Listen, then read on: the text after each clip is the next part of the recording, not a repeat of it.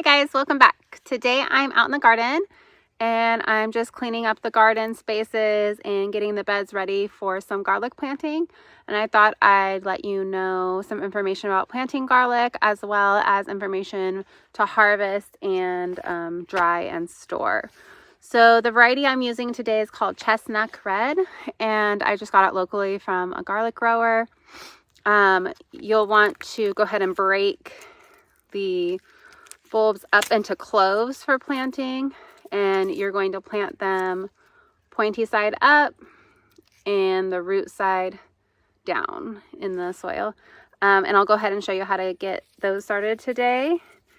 The hardneck varieties are a little more hardy, so they're better for a colder climate. If you get snow, if you get a decent amount of frost. And fall is the best time to plant garlic if you live in a northern climate. And you want to wait till the temperatures start to drop below 60 degrees is usually the best time. It's usually about 1 month before your last frost date. So I'll go ahead and show you what I do to get the soil ready and the spacing you'll need to do to plant the garlic out. The soft neck varieties are longer storage, but it depends on where you live. If you have a warmer climate, you can plant in the spring. I'll put up some information regarding when's the best time to plant for your region, for your zone, as well as information regarding the different types of garlic. And let's get started.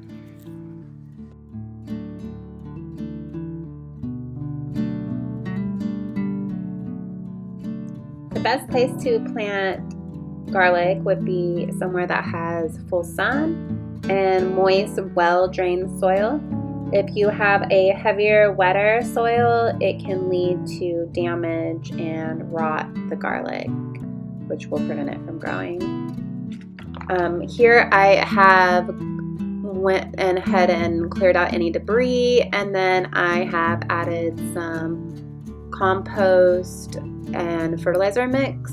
It's just like a potting soil, organic potting soil mix, just to add some nutrients back in the soil from what I had planted this summer.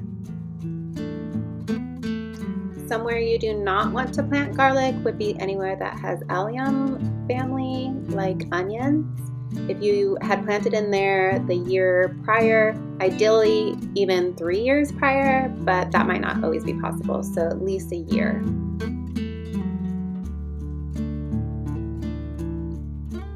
To plant, you want to start by separating the garlic bulbs into cloves, and you want to make sure to leave the papery layer around the clove intact.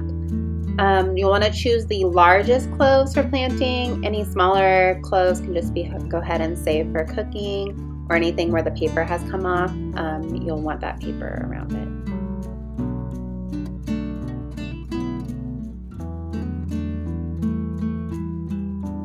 I like to start by laying out all the cloves I'm going to use. You'll want to space the cloves 4 to 6 inches apart, and each row should be at least 2 inches apart.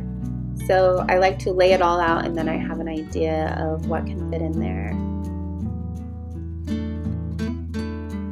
After you have it all laid out, you can go ahead and plant into holes that are about 2 to 3 inches deep, and then you'll just fill the hole with the soil and gently pat it down.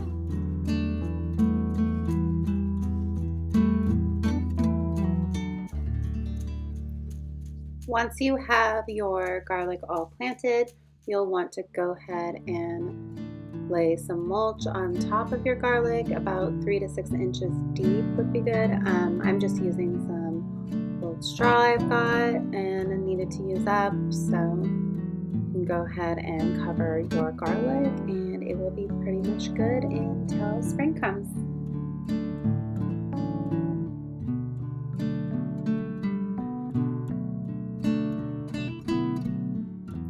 So here I have some information about the best time to plant garlic in the fall for your zone, just to give you a kind of some information regarding that, and whether you should use a hard neck or soft neck variety.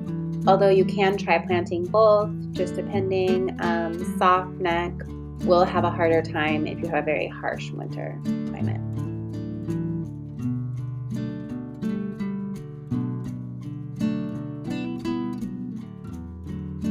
All right, so now I have all my garlic planted, and I have go ahead and mulched it with about 3 to 6 inches of straw. And you can go ahead and it's pretty much good to go, as long as you're getting rain and stuff. We get a lot of rain here, so I don't have to worry about that. In spring, you can take some of the mulch off, like the straw off, and go ahead and fertilize. So add compost or an organic fertilizer, and it will help the garlic grow. Usually around early summer here, spring, late spring, we'll start to get the garlic scrapes, at least on the hardneck variety. So,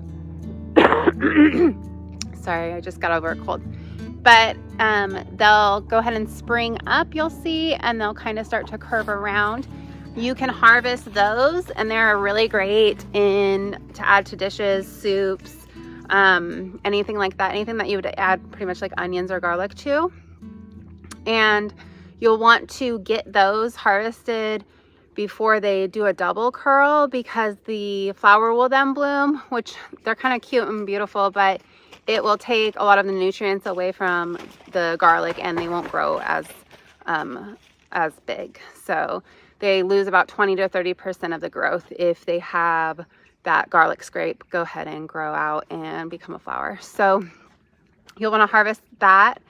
And then once the garlic scrapes show up and are like ready to be harvested, usually your garlic's ready about 1 month after that. So here it's usually about July or so. And I'll put up a little thing that shows when garlic scrapes are usually ready, depending on your zone. At least for the hard neck. The soft neck varieties are going to be a little bit different. They do not get the garlic scrapes. And they're a little bit more sensitive, so they're not as good for northern type climates, but they do have a longer storage life. So their storage life is about 9 months, and I would say hard neck varieties are about 6 months. So once you harvest them, they do need to be dried, but you do not want to wash them yet. That will ruin it. Just like onions and potatoes and stuff, you'll want to just go ahead and brush off the dirt you can, and then you'll hang them usually like upside down. I like to slip them through like a rack and let them dry out for about a month, and then you can braid them up and store them or use them. And you can also keep some to replant. You can grab some to replant and do that way. And as long as your garlic was free of like any pests or funguses or molds or anything like that. So that's all I have for you this week. Just some information about garlic, and I will see you next week. Bye. You say bye, Mac?